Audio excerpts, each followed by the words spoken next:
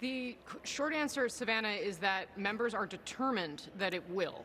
The logistics of this are still being finalized because obviously we've never been in this situation before, but this has been the focus of the conversations. There's an expectation that they may be able to get back into the Senate chamber sooner rather than later. There's a push from Republican leadership, Mitch McConnell, to do that, to show that they will not be cowed by what happened today, by people invading the U.S. Capitol in what both Mitt Romney and the former President George W. Bush called an insurrection. That's a pretty specific choice of words from those two top Republicans, obviously not supporters of President Trump based on all of this. But there is that determination to make this happen. Now, it's possible it won't actually be on the Senate floor. We obviously are dealing with the security situation there, sweeping all of the nooks and crannies there, all of the people that were in here. It takes time. And obviously no one wants to go into an unsafe situation. So there have been some different discussions of how to make this happen. But I think certainly the people that I am texting with, talking to, are confident they're going to find some way to demonstrate to the American people that the business of the Congress is going to go on, even in spite of all of this. Savannah. Kasie Hunt is on Capitol Hill. Kasie, bring us up to date. Lester, just absolutely stunning images today here at the Capitol as protesters overran the Capitol and multiple law enforcement agencies had to be called in after a number of them not only breached the building, but breached the very floor of the House. See that statement not going far enough for many on Capitol Hill tonight. That's right, Lester. Many Republicans urging the president to go farther in trying to ensure calm, to calm this situation down and to make it easier to have a peaceful transfer of power to Joe Biden. Lester. All right. Kasie Hunt, thank you. And one of those caught in color as we now a good hour past the curfew, what's happening at the Capitol itself. Kasie? Lester, good evening to you. And as we turn into the evening here at the Capitol, the attitude here is one of resolve. It has been an incredibly difficult day at the U.S. Capitol. I've covered the Capitol for over a decade on and off, and none of us who have been here in that time have ever seen anything like this. I think it has rattled people quite deeply, both members of Congress and also the many hundreds of aides and reporters who also work in this complex, that something like this was able to happen. But right now, members of Congress are still in their secure locations, but they are determined that the business of the government is not going to stop just because this has happened. I have been talking privately with members of the House, members of the Senate who are in those rooms, people in both parties, and the universal sense is we need to move forward. We need to demonstrate to the country that our government can still function even though something like this has happened. And of course, the business that they were conducting was counting the Electoral College votes that would ultimately ratify Joe Biden's election as our next president of the United States.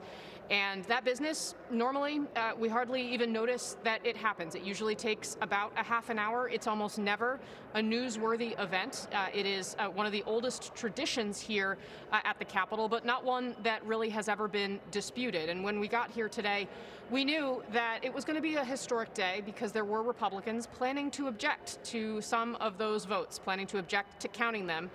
And that process had started, and you and I were speaking on the air at that time when the objection was heard, and when these two chambers split apart, as the process dictates, members of the Senate went back to the Senate chamber to debate whether or not those votes should have been counted. Mitch McConnell, the Senate Republican leader, his critics would say that he didn't speak out soon enough, but he did speak out today, and he said that if there was not a stop to these objections, that the country's democracy would be in a death spiral. And I'm not sure that anyone really understood at the time how the magnitude of this breach, just absolutely incredible. But at this hour, Nancy Pelosi, the House Speaker, put out a statement saying they are going to convene the House tonight. They feel it's that in the area that they ensure that nothing was left behind that could be dangerous for lawmakers as they try to go about their business. But right now, at this hour, the resolve is the business of the U.S. government will go on. Lester. Kasie, thank you very much. And as we cross into the 7 o'clock Eastern hour, Savannah, the session to resume. What do we know? That's right, Lester. We know that we expect Mitch McConnell to speak on the Senate floor at 8 o'clock. And we can tell you in the conversations we've been having over the last hour or so, the will, and as you and Savannah have been discussing, the will to proceed with this the way we originally anticipated they would, with objection after objection, hour after hour of debate dragging into tonight and perhaps tomorrow, the will to do that seems to be gone, or at least going. And it obviously will take the agreement of every person in the Senate in order to cut this process short, because any single senator could decide to sign on to another objection and continue this process. But we know that McConnell has been part of these conversations urging an end to this, and I think everyone who has watched these events unfold today has been deeply shaken, and that reality is driving the decision-making here. I mean, this is a much different conversation now than it was this morning when we all walked in here and we expected Republicans to be willing to put on a spectacle for President Trump, but we did not expect consequences of the likes that we saw today play out here at the Capitol. So remember, it's likely the House will also have to convene in order to dispense with the process that they have already started. So you'll remember we saw this morning they convened in the joint session and then they separated into the House and the Senate. So we're in uncharted territory, but in theory the process would be such that each chamber would have to finish up their debate. So the Senate could decide, okay, we're done talking about it. We're gonna put a pin in this. We're gonna be done. We think we've seen enough. That said, there does seem to be more willingness in the House to continue to object, and the House also has the up to 2 hours of debate as part of this. So we're going to need to see what the House does. However, the Senate can put a stop to it after that, after each chamber votes and they get back together to go through the alphabet. Remember, we got as far as Arizona.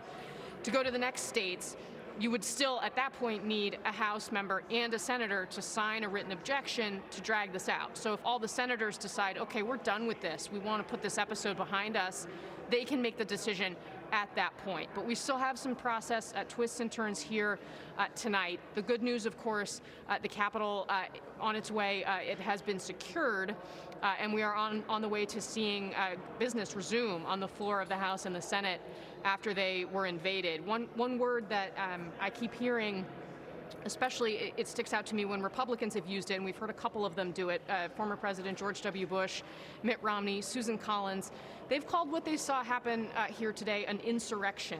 And I think that's something that captures, it's well beyond calling these protests. I think there.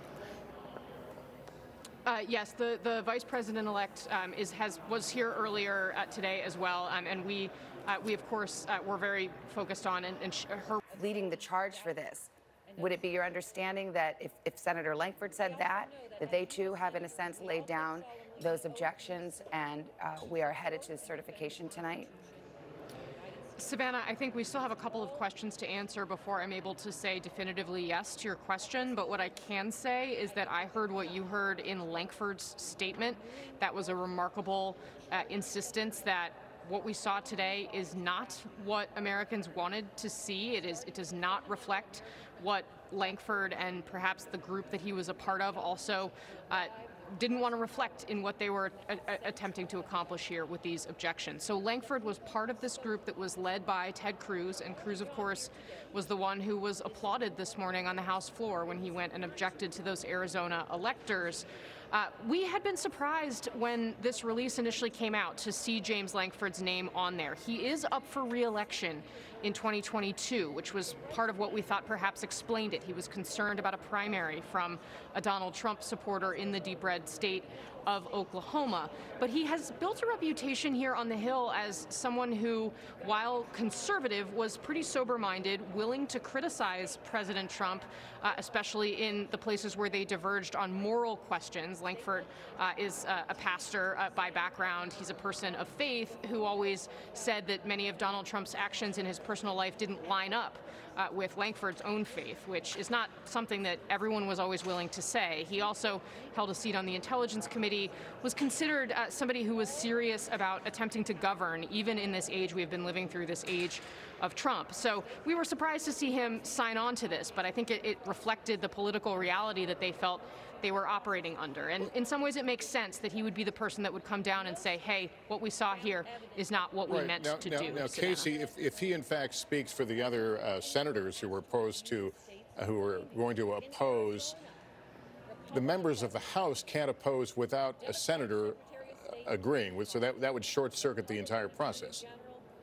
That's right, Lester. So if none of these members are willing to, and I think we should emphasize, we're trying to do this reporting because there are quite a few senators who said previously they were willing to, and we've been trying as hard as we can to talk to all of them, because any one of them could change the reality here. That's part of why I'm being so careful. But I think we can say and underscore that the mood, the imperatives around this are completely changed. The push inside the Senate right now, and I use the word Senate to include everyone in both parties, Republican and Democrat, is that what we saw today is unacceptable, and it has fundamentally changed the way they want to proceed here. That is not to say that there may not be a single senator who could change what we actually see unfold tonight, but your point is the correct one, which is that if this holds, and if this new emerging sense is what takes root here, then we will see this process end after this Arizona objection, because it would take a senator being willing to sign their name to the piece of paper, object to additional states, to drag this out for hours and hours into the night. We'll see how this plays out then. Thanks, Kasie. The mood and the momentum has certainly shifted directions dramatically in the wake